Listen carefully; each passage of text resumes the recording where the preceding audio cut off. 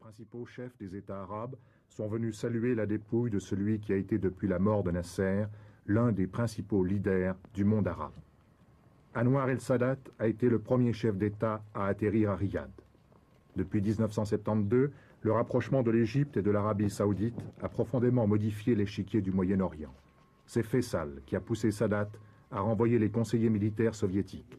En contrepartie, l'Arabie saoudite a payé de nombreuses factures d'armement pour l'Égypte. Autre leader du monde arabe, Wari Boumedienne.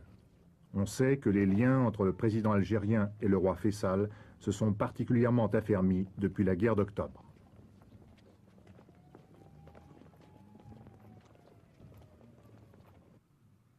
De Bourguiba à Juan Carlos, ces funérailles ont réuni des représentants de la plupart des États qui entretiennent des relations avec l'Arabie saoudite.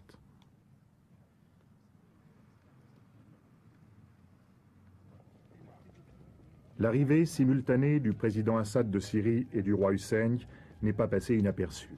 Le président Assad n'a pas oublié que s'il a pu renouveler et augmenter le potentiel militaire de son armée, c'est grâce aux subsides de l'Arabie saoudite.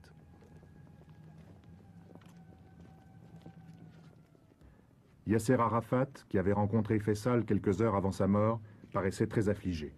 Rappelons que l'OLP, l'Organisation de libération de la Palestine, était principalement financée par Faisal. L'Afrique noire musulmane était aussi présente aux funérailles en la personne du président soudanais Numeri et du très célèbre chef d'État ougandais Idi Amin Dada.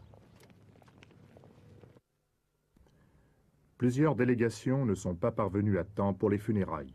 C'est le cas de la délégation des États-Unis dirigée par Nelson Rockefeller.